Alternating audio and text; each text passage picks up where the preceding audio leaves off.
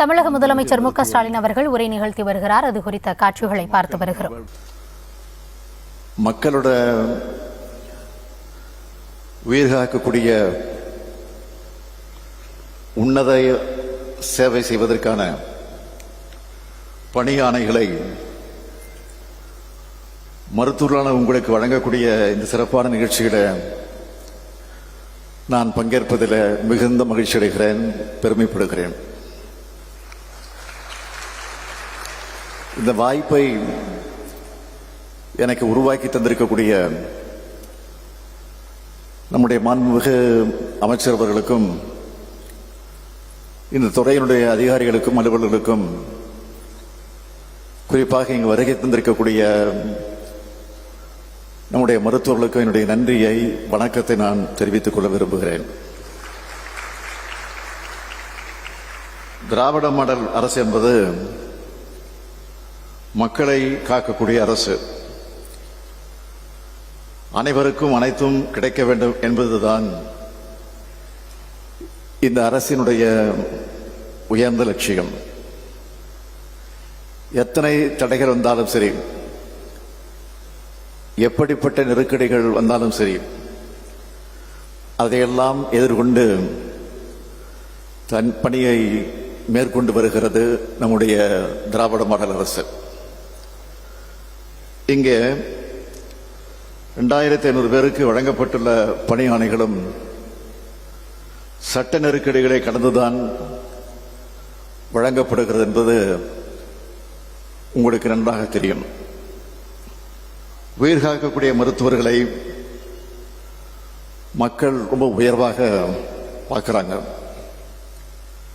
தமிழ்நாடு இன்றைக்கு இந்தியாவுடைய மருத்துவ தலைநகரம் இருக்குது என்ற காரணம், அதுக்கு திராவிட முன்னேற்ற கழக ஆட்சி காலங்களில் நம்முடைய மருத்துவமனைகள், உயிர்காக்கும் மருத்துவ காப்பீட்டு திட்டம், 108 ஆம்புலன்ஸ் சேவைன்னு தலைவர் கலைஞர் உருவாக்கின கட்டமைப்பு தான் மருத்துவ சேவையில் தமிழ்நாட்டை இந்த அளவுக்கு உயர்த்தி இருக்கிறது. இந்த கட்டமைப்பு சரியான முறையில் செயல்படணும்னா நிச்சயமா அதற்கேற்ற மாதிரி நம்முடைய டாக்டர்கள் தேவை.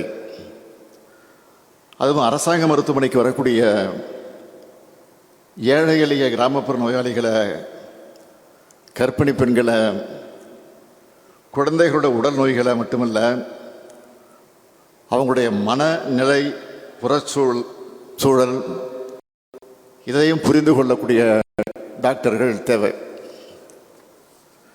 கிராமத்திலிருந்தும் சின்ன சின்ன நகரங்களிலிருந்தும் டாக்டர்கள் உருவானதான் அனைத்து தரப்பு மக்களுக்கு நல்ல முறையில் சிகிச்சை கிடைக்கும்.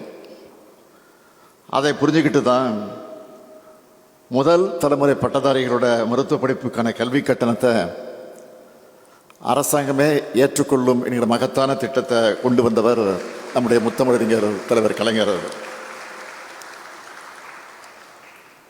இன்றைக்கு சின்ன சின்ன நகரங்களில் இருந்து கூட இத்தனை டாக்டர்கள் உருவாகி இருக்கீங்கன்னா அதுக்கெல்லாம் வித்திட்டவர் முத்தமிழறிஞர் தலைவர் கலைஞர் அவர்கள். இந்திய அளவில் மட்டும் இல்லை, உலக அளவில் அனைவரும் பாராட்டக்கூடிய அளவில் இன்றைக்கு நாம் உருவாக்கி இருக்கிறோம். மக்களை தேடி மருத்துவ திட்டம் தமிழ்நாட்டில் இருக்கக்கூடிய கோடிக்கணக்கான மக்களுடைய நலன்கள் அக்கறை செலுத்தி அவங்களுடைய வாழ்நாள் நீட்டிச்சிருக்கு. இன்னுயிர் காப்போம் நம்மை காப்போம் 48 பல உயிர்களை காப்பாற்றி அவங்களையும் அவங்க குடும்பத்தினரையும் நிம்மதியா வாழ வச்சுக்கிட்டு இருக்கு. 2 நாள்களுக்கு முன்ன தமிழ்நாட்டில் முதல்வர் மருந்தகங்கள் 1000 மருந்தகங்கள் திறக்கப்பட்டிருக்கு. மக்களுக்கு அவசியமான தேவைப்படக்கூடிய மருந்துகள் மிகவும் மலிவான விலையில கிடைக்க அந்த சூழ்நிலை ஏற்படுத்தியிருந்து முதல்வர் மருந்தகங்கள் இன்றைக்கு இயங்கிக் கொண்டிருக்கிறது. இந்த மாநிலத்தில் இருக்கக்கூடிய ஒவ்வொருத்தருக்கும் உரிய சிகிச்சை கிடைக்கணும். அவங்க நோய் குணமாகி நல்லபடியா வாழணும்னு திராவிட மாடல் அரசு பல திட்டங்களை கொண்டு வந்தாலும் அதையெல்லாம் செயல்படுத்தணும்னா உங்களை போன்ற டாக்டர்களின் பங்களிப்பு தான் அதில் ரொம்ப ரொம்ப முக்கியம். டாக்டர்கள் இல்லாம, அதாவது நீங்க இல்லாம நிச்சயமா சொல்றேன், இந்த திட்டங்கள் எல்லாம் இல்லை. மருத்துவத்துறையினுடைய மற்ற பணியாளர்கள் இல்லாம இந்த திட்டங்கள் நிறைவேற போறதில்லை, வெற்றியும் கிடைக்க போறதில்லை. உங்களுக்கு இன்றைக்கு முதலமைச்சர் என்ற முறையில் நான் பணி ஆணைகளை வழங்கப் போகிறேன். ஆனால் நீங்க செய்ய போறது சாதாரண பணியோ வேலையோ அல்ல, மக்களின் உயிர் காக்கும் சேவை, சமுதாயத்திற்கான மிகப்பெரிய தொண்டு.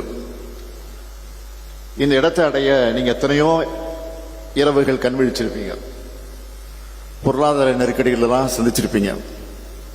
எல்லாவற்றையும் கடந்துதான் இங்கே நீங்கள் எல்லாம் வந்திருக்கீங்க. உங்க எல்லோருக்கும் என்னுடைய மனமார்ந்த வாழ்த்துக்கள்.